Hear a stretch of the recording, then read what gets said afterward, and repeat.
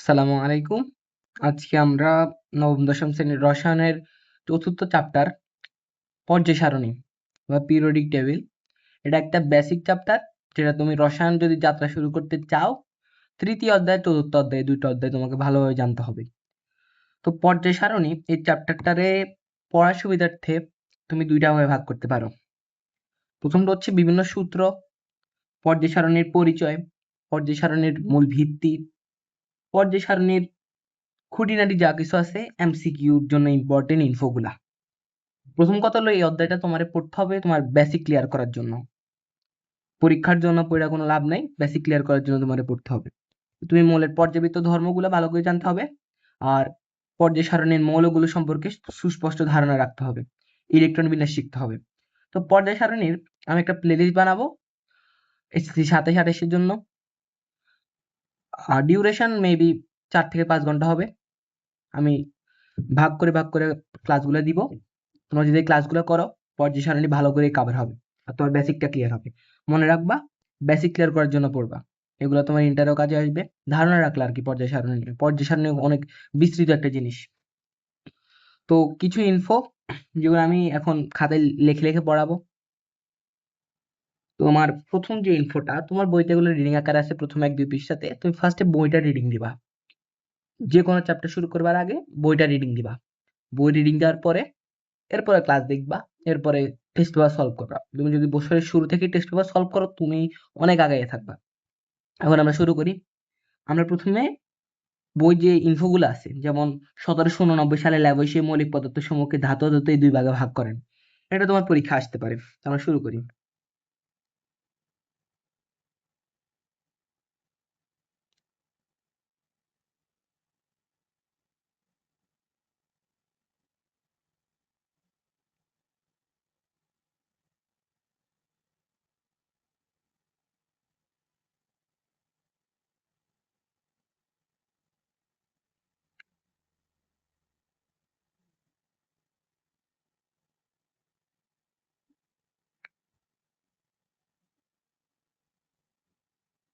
দুই ভাগে ভাগ করেন। আমি লিখে লিখে পড়াইতেছি যাতে তোমার একবার পড়া হয়ে যায় আর কি।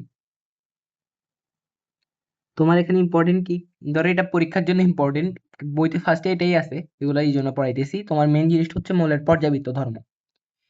তোমার কি মনে রাখতে হবে? 1789 সালে, সালটা মনে রাখতে হবে, কারণ এমসিকিউ কোয়েশ্চেন এরকম হয়, মুখস্থ রিলেটেড কোয়েশ্চেন হয়, যদি এটা হওয়া উচিত না। এরপর তোমার মনে রাখতে হবে 1789 সালে ল্যাভোইসিয়ে, বিজ্ঞানী ল্যাভোইসিয়ে মৌলিক পদার্থ সমূহকে দুই ভাগে ভাগ করে। কিসের ভিত্তিতে? ধাতু ও ধাতুর ভিত্তিতে। এটা একটা ইম্পর্টেন্ট ইনফো, এটা তুমি তোমার নোট খাতায় তুলে রাখবা। আর ভাইয়া তোমাদেরকে ভাইয়ার ক্লাস 9-10 এর নোট খাতার স্লাইডটা দিয়ে দিব, ওটা হ্যান্ডমেড নোট খাতা, ওটা তোমাকে অনেক হেল্প করবে। তারপরে যে ইনফোটা আছে তোমার বইতে আছে এগুলা, তারপরে বাইরে লিখে দিতেছে আর কি। তোমার ফার্স্ট ভিডিওটা তুমি চাইলে নাও করতে পারো, পরেরগুলা করো। এগুলো হচ্ছে ইনফো রিলেটেড, তুমি যদি বই পড়ে নাও তাহলে তো ভিডিও করে ক্লাস করে কোনো টাইম ওয়েস্ট করার কোনো দরকার নেই। সেকেন্ড ইনফো হচ্ছে 1829 সালে ডোবেরাইনারের তৈ সূত্র। ডোবেরাইনার এর ত্রয়ী সূত্র।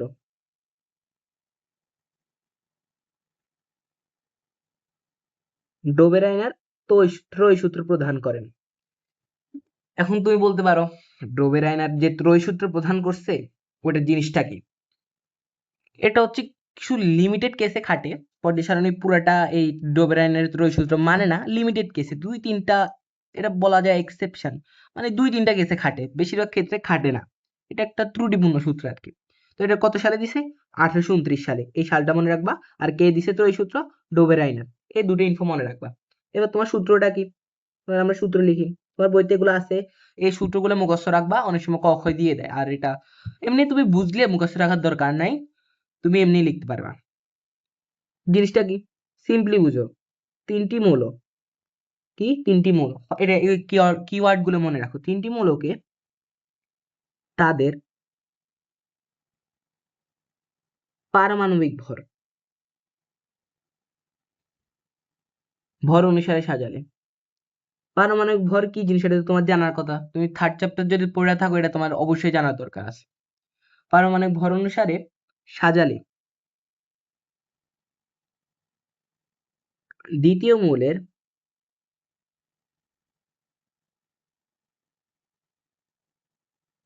পারমাণবিক ভর প্রথম ও তৃতীয় মৌলের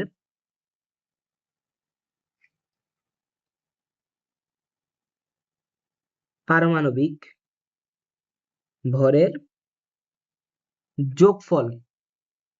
যোগফলের অর্ধেক বা কাছাকাছি। এখন তোমার মনে হইতে পারে এই তত্ত্বীয় যে জিনিসটা লিখলাম এটা কি? এখন এটা কি তোমাকে আমি দেখাইতেছি। মনে করো তুমি তিনটা মৌল নিলা, পারমাণবিক ভর অনুসারে তিনটা মৌলকে সাজাইলা পারমাণবিক ভর অনুসারে। ধরো এই একটা পারমাণবিক একটা মৌল, তার পারমাণবিক ভর ধরো এক্স, তারপরে ধরলে এই আরেকটা মৌল, তার পারমাণবিক ভর ধরো ওয়াই, এই আরেকটা মৌল জেড। এই তিনটাকে পারমাণবিক ভর অনুসারে সাজাইছো। তো সাজাইলে কি হবে? ধরো এটা হচ্ছে প্রথম মৌল, দ্বিতীয় মৌল, তৃতীয় মৌল। তো এখন ডোবেরানের কি বলছে? ডোবেরানের কথা হলো ওয়াই এর মানে ওয়াই হচ্ছে দ্বিতীয় মৌলের পারমাণবিক ভর, ওয়াই ইকুয়াল হবে প্রথম ও তৃতীয় মৌলের পারমাণবিক ভরের যোগফলের অর্ধেক বা তার কাছাকাছি, অর্থাৎ সমানও হইতে পারে আবার প্রায় হইতে পারে। আচ্ছা, আমরা ছিলাম কোথায়? আমরা ছিলাম ডোবেরাইনারের ত্রয়ী সূত্র। তো তুমি ডোবেরাইনারের ত্রয়ী সূত্র বোঝার কথা, দ্বিতীয় মৌলের পারমাণবিক ভর প্রথম ও তৃতীয় মৌলের পারমাণবিক ভরের যোগফলের অর্ধেক বা তার কাছাকাছি।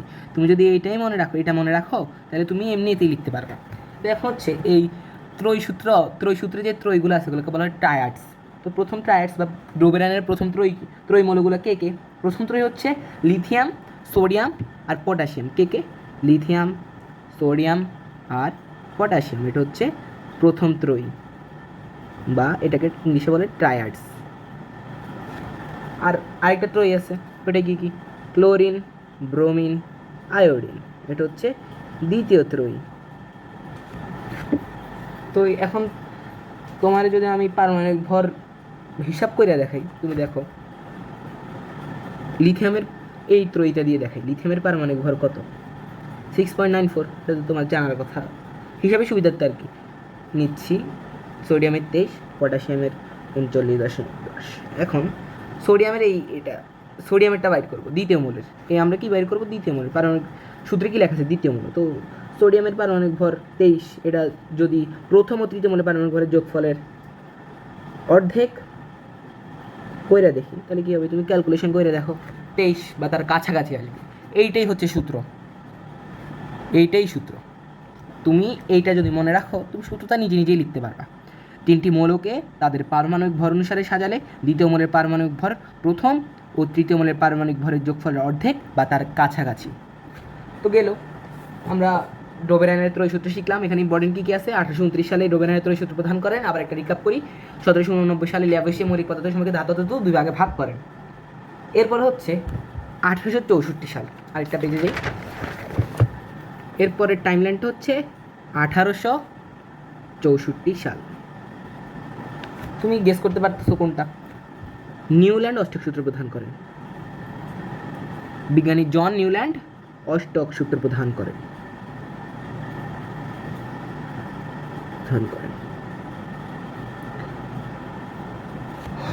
তো নিউল্যান্ডের অষ্টক সূত্র যে সময় প্রদান করেন ওই সময় নিষ্ক্রিয় গ্যাসগুলো আবিষ্কৃত হয়নি, তাই এখন আর এই অষ্টক সূত্রটা তেমন একটা খাটে না। ধরো ওই সময় যদি নিষ্ক্রিয় গ্যাসগুলো আবিষ্কৃত হতো, নিষ্ক্রিয় গ্যাসগুলো ছাড়াই এই সূত্রটা খাটে।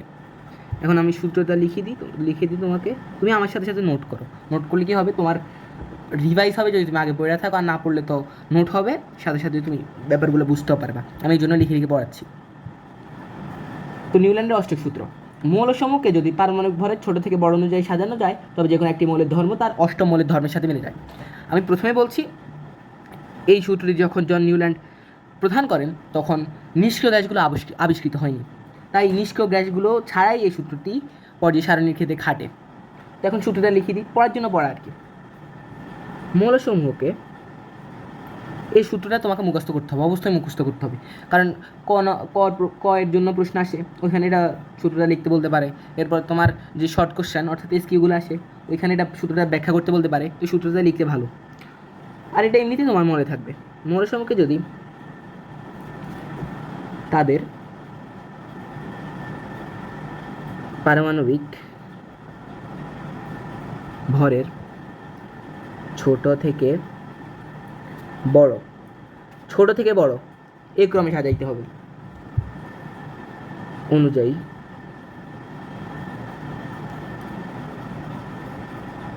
সাজানো যায়, তবে যে কোনো একটি মৌলের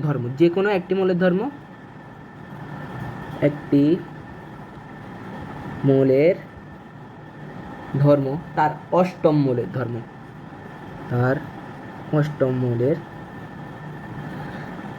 ধর্মের সাথে মিলে যায়। এটার কোনো এক্সাম্পল দেওয়া অর্থিত না, তোমার টাইম ওয়েস্ট মাত্র। তুমি পর্যায় সারণীটা নিবা, একটা মৌল থেকে তার অষ্টম মৌল কাউন্ট করবা, কিন্তু তুমি নিষ্ক্রিয় গ্যাসটা হিসাব করবা না, ওইটা বাদ দিবা। দেখবা ঘুরে ফিরে একটা গ্রুপে পড়তেছে, এগুলোর ধর্ম মিলে যাইতেছে। এটা খুবই ইজি জিনিস, তুমি নিজে এক্সাম্পলটা সেট করো, এটা তোমার হোমওয়ার্ক। নিজে এক্সাম্পল সেট করো, এটা খুবই ইজি। আমি শুধু বলে দিচ্ছি যে তুমি নিষ্ক্রিয় গ্যাসটা হিসাব করবা না, তাহলে অষ্টম মৌলটা যে মৌল সিলেক্ট করবা ওইখান থেকে অষ্টম মৌল নিষ্ক্রিয় গ্যাসটা বাদ দিয়া তারপরে হিসাব করো, দেখবা সূত্রটা খাটতেছে। আবার বলছি, ওই সময় নিষ্ক্রিয় গ্যাসগুলো আবিষ্কৃত হয় নাই, যে সময় 1864 সালে নিউল্যান্ড অশোক সূত্র যে সময় প্রদান করেন। তো এই তিনটা টাইম লাইন আবার রিক্যাপ দিই: 1789, 1829, 1864। এটাকে বিজ্ঞানী ল্যাভয়েসিয়ে কী করছে? ধাতু অধাতু দুই ভাগে ভাগ করছে। 1829 ডোবেরাইনার কি করছে? রোই সূত্র প্রদান করছে। 1864 নিউল্যান্ডের অষ্টক সূত্র।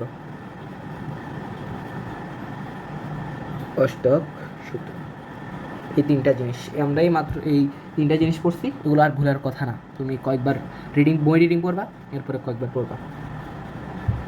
এরপরে time line 1869, the great Russian বিজ্ঞানী দিমিত্রি মেন্ডেলিভ তিনি একটি পর্যায় সূত্র প্রদান করেন। পর্যায় সারণীর জনককে, এটা যদিও অনেক বিজ্ঞানী সম্মিলিত প্রয়াসে পর্যায় সারণী কমপ্লিট হয়েছে এখন, কিন্তু পর্যায় সারণীর জনক হচ্ছে রাশিয়ান বিজ্ঞানী দিমিত্রি মেন্ডেলিভ। 1869 সালে রাশিয়ান বিজ্ঞানী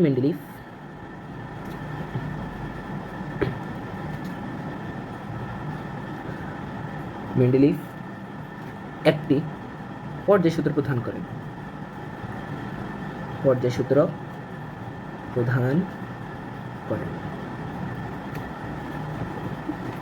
মেন্ডেলিভের পর্যায় সূত্রটি যদিও ত্রুটিপূর্ণ ছিল, এটা তোমার বইতে ব্যাখ্যা আছে, তুমি বইটা রিডিং পড়লেই বুঝবে, এটা ইজি জিনিস। তারপর আমি বুঝাই দিতেছি। 1869 সালে মেন্ডেলিভ যে সূত্রটা দেয়, এটা এক্স্যাক্ট সূত্র ছিল, যা পর 1913 সালে হেনরি মোস্টে সংশোধন করেন। এক্স্যাক্ট সূত্রটা মনে থাকলে তুমি হেনরি মোস্টের সংশোধিত সূত্রটাও তোমার মনে থাকবে। এক্স্যাক্ট সূত্র কি? খুবই ইজি জিনিস। তুমি মৌলসমূহের ভৌত ও রাসায়নিক ধর্মাবলী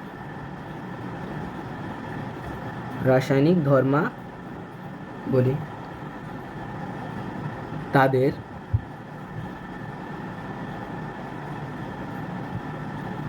পারমাণবিক ভর, শব্দটা মনে রাখো, পারমাণবিক ভর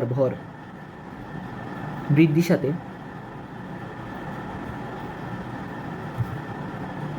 পর্যায়ক্রমে আবর্তিত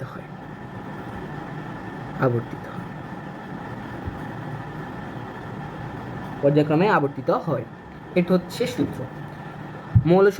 মৌলসমূহের ভৌত রাসায়নিক ধর্মাবলী তাদের পারমাণবিক ভর বৃদ্ধির সাথে পর্যায়ক্রমে আবর্তিত হয়। সিম্পল সূত্র। যেহেতু মেন্ডেলিভের সূত্রটা বলছি, এখন মেন্ডেলিভের পর্যায় সারণীর যে বিস্তারিত জিনিসপত্র আছে ওইটা বলি। মেন্ডেলিভের পর্যায় সারণী।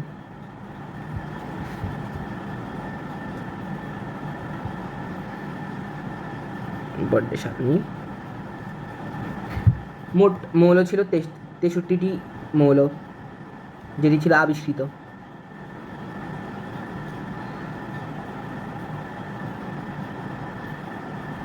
আর 4টি অনাবিষ্কৃত মৌল।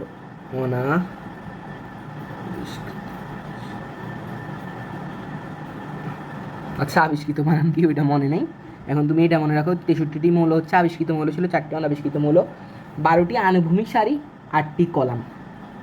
কি 12টি আনুভূমিক সারি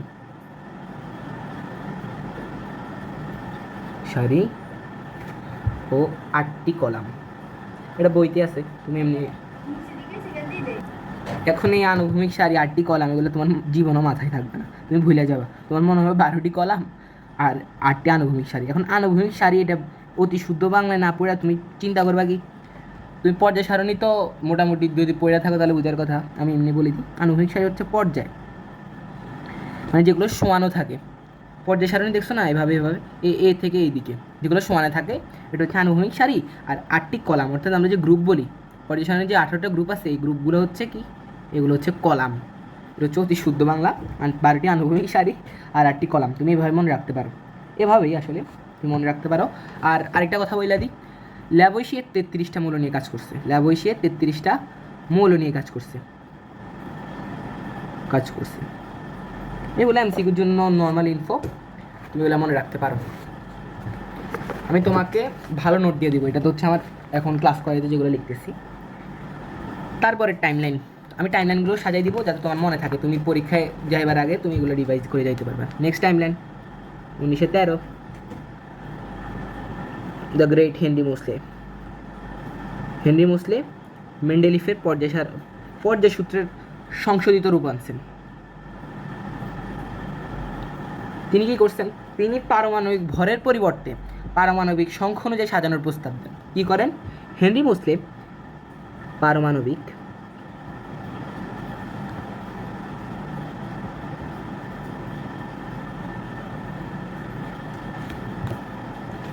হাইলাইট করে লিখে দিই, পারমাণবিক সংখ্যা জিনিসটা কি এটা তুমি অবশ্যই জানো, নাহলে তুমি আর কেমিস্ট্রি পড়ে লাভ নাই। পারমাণবিক সংখ্যা তুমি এটার প্রোটন সংখ্যা বলতে পারো, অনুযায়ী সাজানোর প্রস্তাব দেন। এর কারণ কি, সংশোধন করার কারণটা কি, এটা হচ্ছে পটাশিয়াম আর আর্গনে নিয়ে একটা ঝামেলা হয়েছে, যে যার পারমাণবিক ভর কম সে আগে বসার কথা, যার পারমাণবিক ভর বেশি সে পরে বসার কথা। কিন্তু দেখা গেল যে পটাশিয়ামের পারমাণবিক ভর আর্গন থেকে কম হওয়া সত্ত্বেও আর্গন পটাশিয়ামের আগে বসে গেছে। এই ঝামেলার কারণে হেনরি মোসলে পারমাণবিক ভরের পরিবর্তে পারমাণবিক সংখ্যা অনুযায়ী সাজানোর প্রস্তাব দেন, যাতে এর ফলে মেন্ডেলিফের পর্যায় সূত্রটি সংশোধিত হয়। তোমাকে যদি প্রশ্নে আসে মেন্ডেলিফের সংশোধিত পর্যায় সূত্রটি লিখো, তাহলে তুমি জাস্ট আগের পেজে যা লিখছি, মৌলসমূহের ভৌত রাসায়নিক ধর্ম বলি তাদের পারমাণবিক ভরের জায়গায় পারমাণবিক সংখ্যা লিখাই দেবে, এটা হচ্ছে সংশোধিত সূত্র। তো বুঝছো, সব টাইমলাইন শেষ, এগুলো ছাড়া তোমার এমসিকিউর বাড়তি কোনো ইনফো নাই। আমি এখন এটা একটা ছক আকারে লেখা দিব। পিছন থেকে শুরু করি আমরা। 1913, হেনরি মোসলে কি করছে, পর্যায় সূত্র সংশোধন। কার পর্যায় সূত্র, রাশিয়ান বিজ্ঞানী ডিমিট্রি মেন্ডেলিফ, পর্যায় সূত্র সংশোধন। এরপরের টাইমলাইন 1869, কত 1869, কে পর্যায় সারণীর জনক মেন্ডেলিফ। তিনি কি করছে, পর্যায় সূত্র প্রদান করছে, যা পারমাণবিক ভরের ভিত্তিতে তিনি পর্যায় সূত্রটি প্রদান করে। আর তার মৌল টোল এগুলো তো তুমি জানো, 63টা মৌল, 4টি অনাবিষ্কৃত মৌল, 12টি আনুভূমিক সারি, 8টি কলাম, তারপরে 33টি মৌল নিয়ে ল্যাবৈশিক কাজ করছে। তিনি ধাতু 2 ভাগে ভাগ করেন, পর্যায় সূত্র প্রধান। এরপরে কি 1864, নিউল্যান্ডের অষ্টক সূত্র, নিউল্যান্ড অষ্টক সূত্র। তারপরে কি 1829 সাল, ডোবেরাইনার কি করছে, বাইরে লেখা একটু খারাপ, ডোন্ট মাইন্ড। ডোবেরাইনার ত্রয়ী সূত্র প্রদান করেন। 1789 সাল, ল্যাভোইসিয়ে কি করছে, ধাতু অধাতু। এ হচ্ছে তোমার যত ইনফো সূত্র এগুলো আছে, এগুলো নিয়ে তোমার এ হচ্ছে শেষ। এর পরের দিন আমরা পরের দিন আমরা পর্যায় সারণীর মেন টপিকগুলোতে ঢুকে যাব। এগুলো হচ্ছে তোমার এমসিকিউর জন্য ইম্পর্টেন্ট, পরীক্ষার জন্য। আর ইতিহাস জানলা আর কি, এছাড়া কিছুই না। তুমি এটা জাস্ট যে নোটটা দিব ওই নোটটা যদি পড়ে যাও তুমি পরীক্ষা অ্যান্সার করতে পারবে। আর তোমার নেক্সট এই ক্লাসের জন্য একটা হোমওয়ার্ক দিই। হোমওয়ার্ক হচ্ছে পর্যায় সূত্রটি কেন সংশোধন করা লাগছে। মেন্ডেলিফের পর্যায় সূত্র কেন সংশোধন করা লাগছে এটা হচ্ছে কোয়েশ্চেন। আই হোপ যে তোমার ক্লাসটা ভালো লাগছে। যথেষ্ট চেষ্টা করছি বুঝাই পড়ানোর জন্য। তোমাকে নোটটা দিব, এই অধ্যায়টা শেষ হোক, এরপরে আমরা তৃতীয় অধ্যায় যেহেতু আমি এখনও প্লেলিস্ট বানাই না, এই অধ্যায় দিয়ে শুরু করছি। যেহেতু এটা একটা কোর অধ্যায় কেমিস্ট্রি, তুমি 9 10 কেমিস্ট্রি যদিও সোজা, তুমি এই চ্যাপ্টারটা পড়লেই অনেক কিছু তোমার সোজা লাগবে। এজন্য আমি এখানে আবার ইলেকট্রন বিন্যাস শিখাবো, কারণ এই অধ্যায়ে ইলেকট্রন বিন্যাস ছাড়া অচল। পর্যায় সারণীর মূল ভিত্তি হচ্ছে ইলেকট্রন বিন্যাস, তাই ইলেকট্রন বিন্যাস লাগবে। আল্লাহ হাফেজ, আসসালামু আলাইকুম। পরের ক্লাস পর্যন্ত ভালো থেকো, আর ক্লাসটা ভালো করে করো, বই রিডিং পড়ো, তাহলে দেখবা ইজি হয়ে গেছে। এই চ্যাপ্টার সবচেয়ে ইজি চ্যাপ্টার।